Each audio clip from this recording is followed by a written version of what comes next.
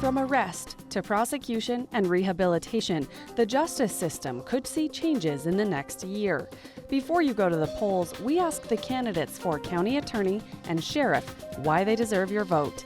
This is Metro Week.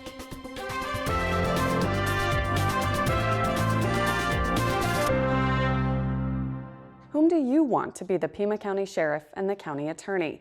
We'll talk to the candidates on the August primary ballot in both races. First, a look at the week's news. A search for the next president of the University of Arizona is moving forward. The Arizona Board of Regents has named board member Bill Ridenour to head a search committee and issued a call for an outside search firm. The firm will identify and recruit qualified candidates. U of A President Ann Weaver Hart announced this summer she will step down when her current contract expires in June 2018. The university may have a new president before that, however. According to a release, the start date for a new president could be as early as next summer. The Rio Nuevo board approved loans totaling $3.6 million for 2 downtown development projects. Most of the money will go to a project on a long vacant lot on East Congress Street between Scott and Stone Avenues. Don Bourne bought the property from the city for $100 in 2006, but plans have stalled over the past decade as he sought financing. In its current incarnation, the site will include a bowling alley, restaurant, rooftop bar, and outdoor patio. It's estimated to generate nearly $800,000 a year in taxes. Rio Nuevo will take the title to the land back from Bourne as it's being developed to assure its completion. Monday is the last day to register to vote in Arizona's August 30th primary election. Early voting starts Wednesday when a handful of early polling places open, and mail-in ballots will go out to voters who requested them. A lot of decisions are at stake in the primary, including the Republican nominee for U.S. Senate and the Democratic pick for Congressional District 2 and a number of local races. For more on all of the news, visit our website, that's news.azpm.org. 2 Democrats are competing to be top prosecutor in Pima County. Here's an introduction. The Pima County Attorney oversees the prosecution of state crimes and is the legal advisor for the Board of Supervisors. Barbara LAWALL is the incumbent, seeking her 6th 4-year term. She claims the highest trial rate and lowest plea bargaining rate in the state, an award-winning victim services program, and national recognition for criminal rehabilitation programs. She says she wants to continue to make changes in the county attorney office to improve the community. Democrat Joel FEINMAN'S is challenging LAWALL for the seat. He's questioned her decisions about which cases to pursue. FEINMAN'S says he will reduce the number of people going to jail while maintaining public safety and stop charging children and young adults with felonies for minor crimes. He also pledges to end the racial disparity found in Arizona prisons and jails. He wants to retain lawyers in the county attorney's office longer. There are no Republicans in the race, so the winner will face Green Party candidate Cynthia Toole. The candidates joined me last week to discuss the issues. Ms. LAWALL, we'll start with you as the incumbent. Why should voters retain you for another 4-year term? Well, I have spent the last 40 years as a prosecutor in this office, and I have dedicated my entire legal career to protecting the community, to serving victims of crime, to running an office that develops innovative, unique, and creative programs to fight and protect crime victims and children and families and schools. I run a cost-effective, efficient office. I have held violent and dangerous offenders accountable. We have a 92% conviction rate and an 85% conviction rate at trial, and I have done an exemplary job. And additionally, this is my life, this is my passion, this is what I have dedicated my life to doing, being a public servant, trying to make a profound contribution and a positive difference to this community. And Mr. FEINMAN, why is it time for a change? Because I don't think we're getting the justice system we need, Andrea, and the justice system we're paying for. 64% approximately of Pima County's budget goes to law and justice and order. And we are spending that money at a time during which Arizona has the 6th highest incarceration rate per capita in the United States. When we're confronted with that statistic, what that means is we're paying for Arizona to either have too many people in prison or to incarcerate Arizonans who are the 6th most evil people in the United States. If we don't think we have too many people in prison, then the other alternative is that Arizonans are the 6th most evil people in the country. And I don't believe that. I believe flatly that we have too many people in prison. Ms. LaWall has her statistics, I have mine. She and I disagree about what the conviction rates are. There's nothing more suspicious than two candidates fighting over statistics, but I will say that my read of the efficacy of convictions, of trials, of the Pima County Attorney's Office is not what her read is. I don't think we are having justice that we deserve efficiently, and I don't think we are holding the people accountable who need to be held accountable. I want to touch on a topic that's been a focus, and there's several efforts to reduce the jail population, which arguably starts at the prosecution point. What would you do to reduce the jail population in the position of county attorney? Well, the first thing I would do is sit down and really do a deep dive into who we really want to be spending $45,000 a year to keep in jail, because that's how much it costs to keep one person in Pima County Jail for a year. For 11 of the last 12 years, the highest percentage of felony cases that Ms. LaWall has filed are drug cases. For every single month that I've checked, the highest percentage of people that we have in prison are therefore drug offenses. Now, some drug offenders certainly do belong in jails and prisons, high-level drug dealers and cartel members, etc. But in my career as a criminal trial attorney, that is not what I saw. What I saw was very low-level offenders with mental health issues and substance abuse issues being held in jail, often before trial, for very low-level offenses, on bonds of $500 or $1,000. And because they couldn't pay $500 or $1,000, they couldn't get out of jail. Who pays for that? The Pima County taxpayer. And what will you do in another term to reduce the county jail Well, population? I need to respond to that, and that will sort of answer this. But this has to do with the fact that we've already been doing some very significant strategies to reduce the jail population. But first of all, one of the things that we did was a study of who exactly is in the jail. And we found out that more than 80% of the individuals in the Pima County Jail are not felons. These are pre-trial misdemeanants from jurisdictions such as Marana, Sahuarita, Oro Valley, City of Tucson, who are housed in the jail. And they are that population that we're working on getting out of the jail, because oftentimes they are mentally ill, substance abuse addicted, but we have to have another place to put them and not recycle them back in the jail, which has actually become the biggest mental health hospital in Pima County. The MacArthur grant is exactly that. We applied for it. We got a $1.5 million grant that has substantially helped us in trying to figure out strategies to do this. But the majority of those people are not under my jurisdiction. The other thing is that low-level offenders are not in our jail or prison, low-level drug offenders. Arizona mandates and requires that individuals who are arrested and convicted for their first 2 narcotic possession offenses be sentenced to probation and treatment. And that's why drug court 20 years ago got started by myself and Judge Leslie Miller in order to be able to provide the kind of treatment that the law mandated. So these individuals are not being sentenced to prison by any means. 95% of the individuals in the Arizona Department of Corrections, 95%, are violent, dangerous, or seriously repetitive, and 65% of that group are violent and repetitive. They are not the low-level drug offenders that perhaps may be in the federal system. So how do you balance that goal of reducing the jail population with public safety? Well, what we need to do is to identify who are those individuals that are not a danger to the public safety of this community, but instead who are mentally ill or substance abuse addicted, and but for their illness or their substance abuse addiction would not be committing any crimes. Oftentimes we found that those are the individuals that are getting arrested, not because they've committed another crime, Andrea, but because they have failed to show up at court for another hearing. And so a warrant has gone out for them, and law enforcement's required under the warrant to arrest them, so now they're recycled back into the jail and we have to pay for it. And I agree with my opponent. We shouldn't have to pay to keep those people in the Pima County Jail.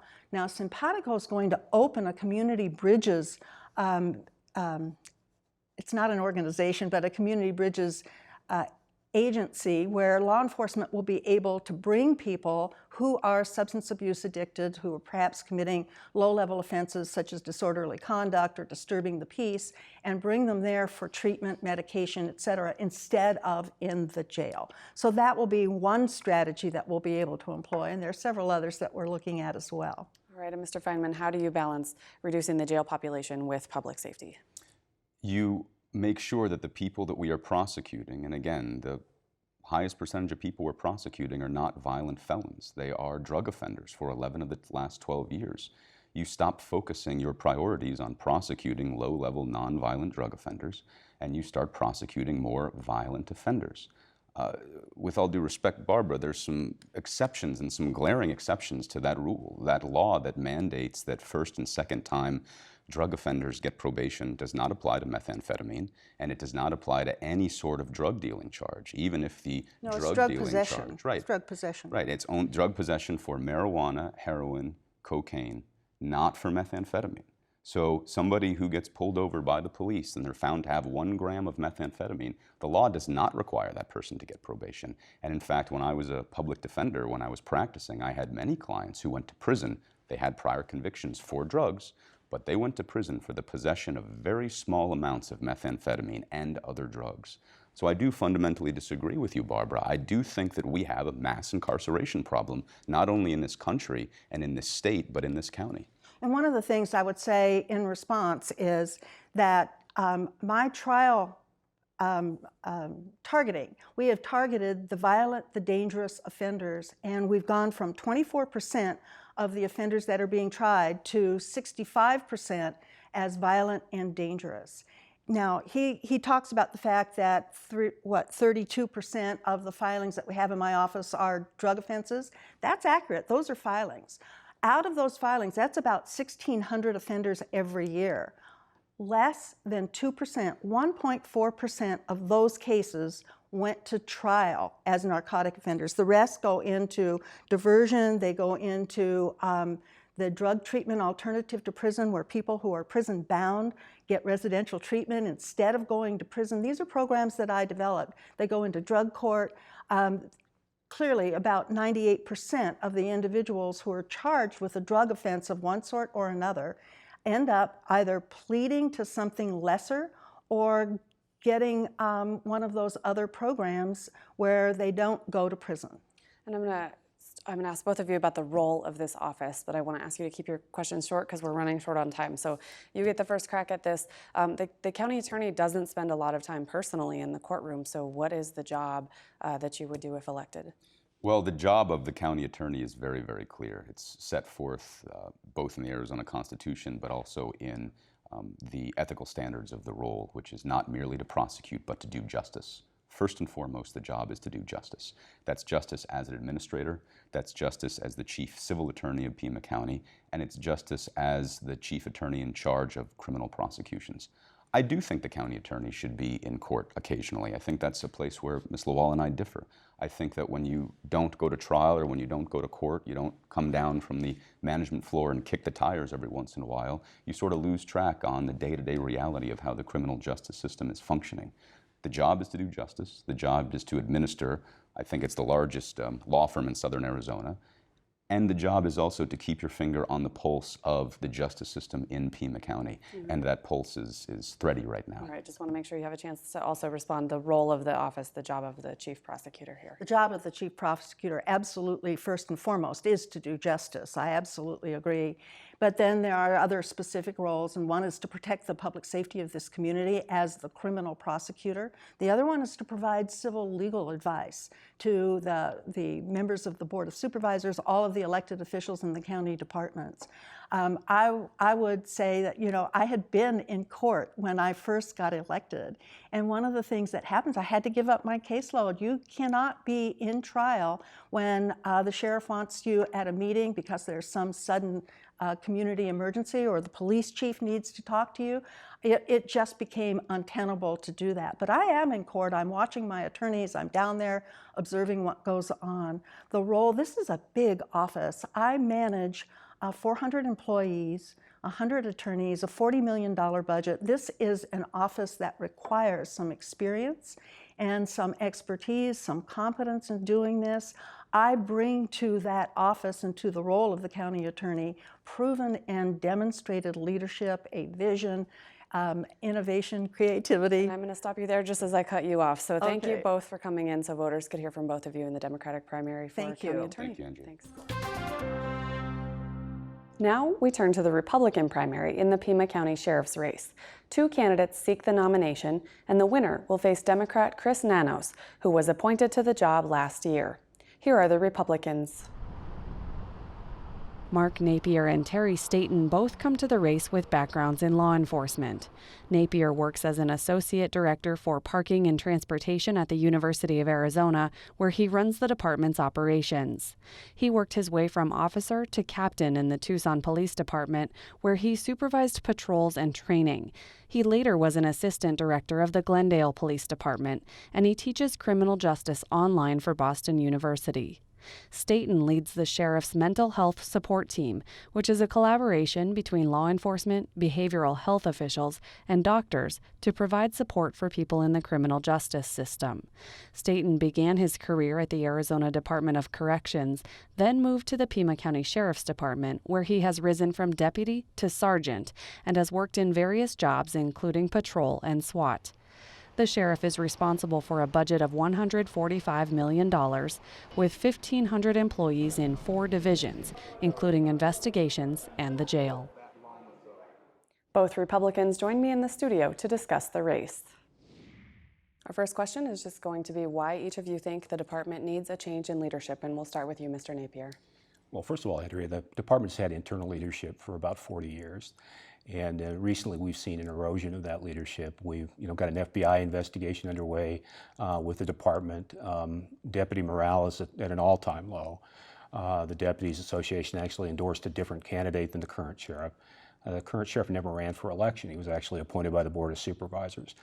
I think there's never been a time in the history of the department where outside leadership and new leadership has been as important as it is now. Same question for you, Mr. Staten. I agree. The current leadership, we were not able to vote on ourselves. He was appointed by the Board of Supervisors. And Mr. Napier mentioned that there is a FBI investigation going on that it brings a bad light to our department, which has never happened before. The morale is driven low because of the retaliation and the intimidation that's been going on because of the issues with pay and so on. When deputies bring up the issues of pay, the current administration believes that the issue of pay should only be addressed during an election year, and it needs to be addressed every year. It needs to be addressed with the community, it needs to be addressed with the Board of Supervisors and such. I want to stay on the issue of budget, which of course pay is part of. For many years, the Sheriff's Department saw no cuts or fewer cuts into its budget than other departments in Pima County. Was that the right decision? The cuts that were made within our department at the time were mostly in overtime and such like that. Most of our equipment is very good within the department, so the cuts there didn't need to be made. The cuts that we needed, obviously, were because of overtime issues and stuff like that getting too high. And the reasons for those is because we continue to lose too many good people during those times going to other departments because they're not getting the pay. We lose too many seasoned officers, too many seasoned deputies. We've lost sergeants that have had 21 years on with our department going to other agencies because they can't get the pay that they're supposed to be getting, that they were promised. Same question. Well, I'd like to focus more specifically on the budget. As the budget, I think, has been about where it needs to be as far as funding. It's just the allocation of that funding internal to the department is what I have a problem with.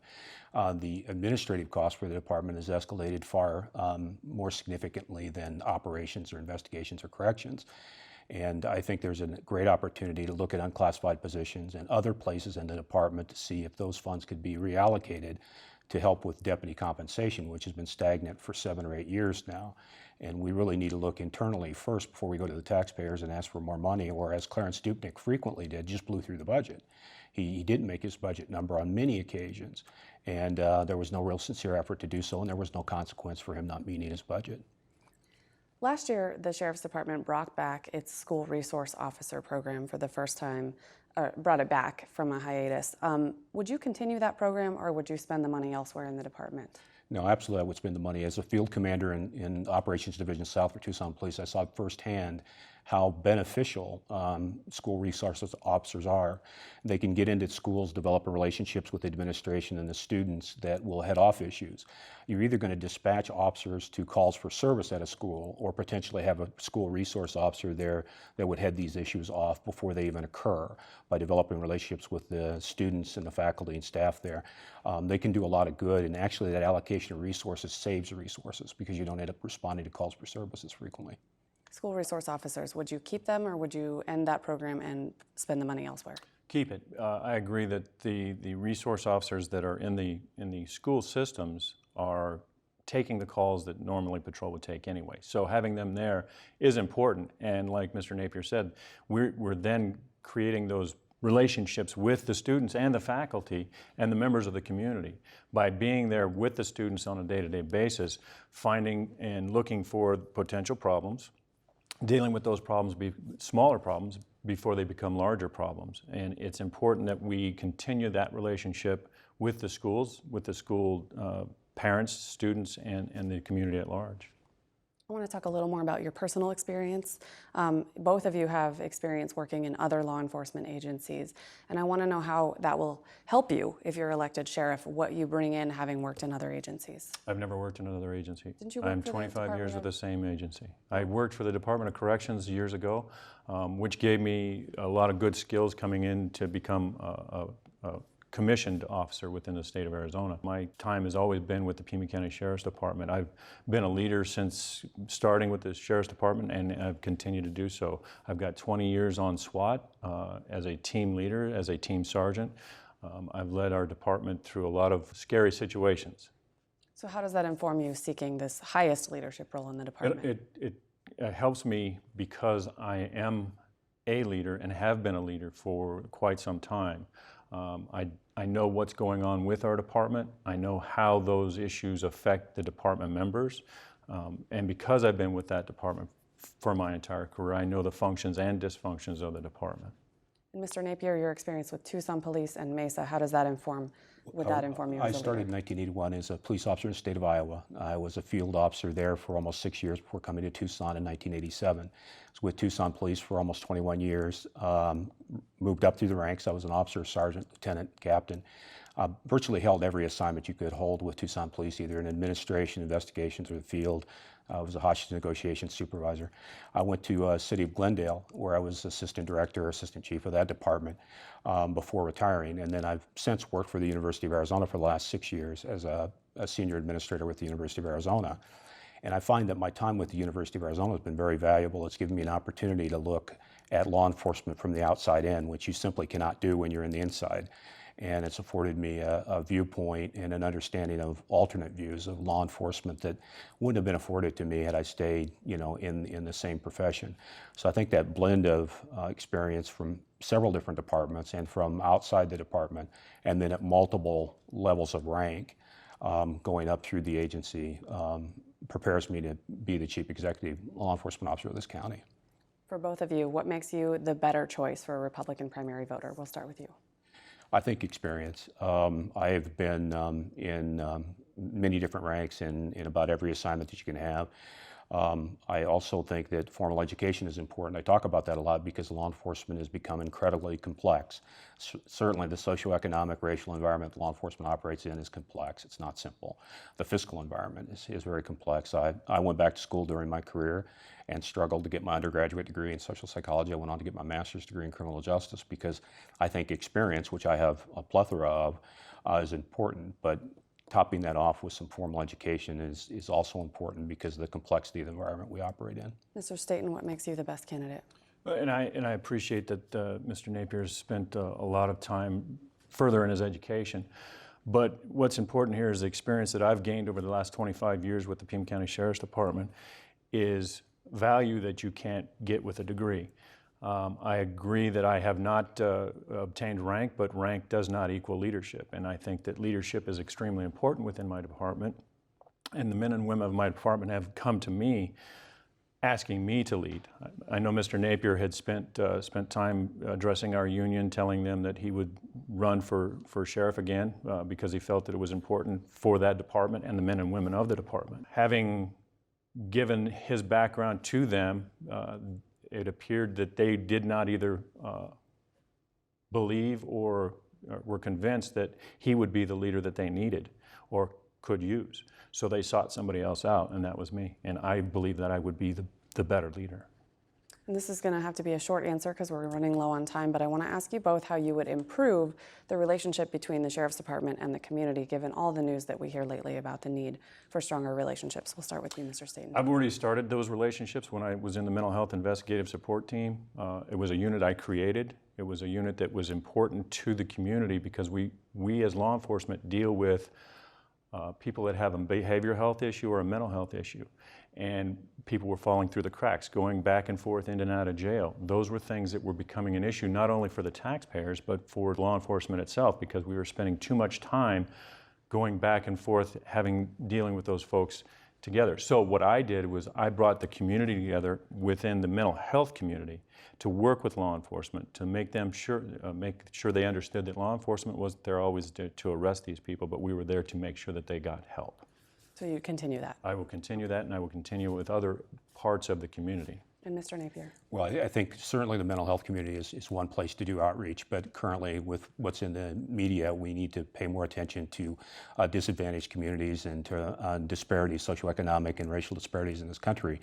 And you do that by reaching out to those groups ahead of when you actually have a crisis situation. In Ferguson, they had no relationship with those parts of their community, and so when there was a tragic incident, it flamed up because there weren't lines of communication or understanding already built. So you need to reach out to those parts of the community in advance. I would say that leadership manifests itself in many different ways and many different levels. Part of that is working at many different levels in an organization, which I have done. I've been the primary focus as a division commander of a field division to reach out to neighborhood associations and my council office to build relationships, and been very effective at doing that. All right, thanks to both of you for joining us so voters can hear from you side by side. I appreciate it. Thank you. Joining me now in the studio is Caitlin Schmidt of the Arizona Daily Star. Caitlin is covering the county attorney and sheriff races this year. I want to talk to you about both of them, so let's just start with the sheriff's race. One of the things you've covered that not a lot of other media outlets locally have covered is the issue of cronyism, favoritism in hiring in the sheriff's department. Can you tell us what each of the candidates have said to you about those issues? Sure. They have both been very vocal about wanting to remove cronyism and favoritism from the department, and part of that is that in the time since Sheriff Nanos was appointed, several retired employees have been brought back into higher level positions at much more inflated salaries than before in most cases. So there have been at least 5, possibly 6, but between 4 of those individuals, it's netting about $500,000 a year in salaries. And then another issue we only briefly touched on earlier in the show is the issue or the intersection of mental health and law enforcement. Napier has a psychology degree, and Staten works in the mental health arm of the Sheriff's Department presently. How do they each both talk about that intersection between behavioral and mental health and law enforcement doing its job to protect the public? I mean, they're both approaching it from two different positions. Napier feels that he has the academic experience with it, and part of that is his employment at the University of Arizona for the past several years has built partnerships with other schools within the U of A, and he's suggesting to pair with students in criminal justice and mental health, apply for partnerships, grants, and bring them in to have assistance on site with mental health cases. Sergeant Staten, in his work, is approaching it from more of what he's seen on the ground. He says that they've been constantly reevaluating every 6 months to see what they're doing and if it's working. He had a program going with other local agencies, PIMA Community College, Marana Police, where once a week they would bring in one officer from each department to follow and train with them so that they could spread their expertise to smaller agencies. And then switching to the county attorney race, in your interview, Mr. Feinman was questioning the number of sexual assault prosecutions in LAWALL'S county attorney office. Was he saying she doesn't pursue enough of them? He was. He cited some statistics from 2013 that showed that she had prosecuted more drug cases. He said nonviolent offenders, 36% as opposed to 7% of sexual assaults. And she defended her position with some different statistics, and she said that they were one of the most aggressive special victims units in the country. And she followed up with saying that she couldn't imagine him doing anything better or any more than her staff was already doing. Another issue where they're just not going to agree. Thanks, Caitlin.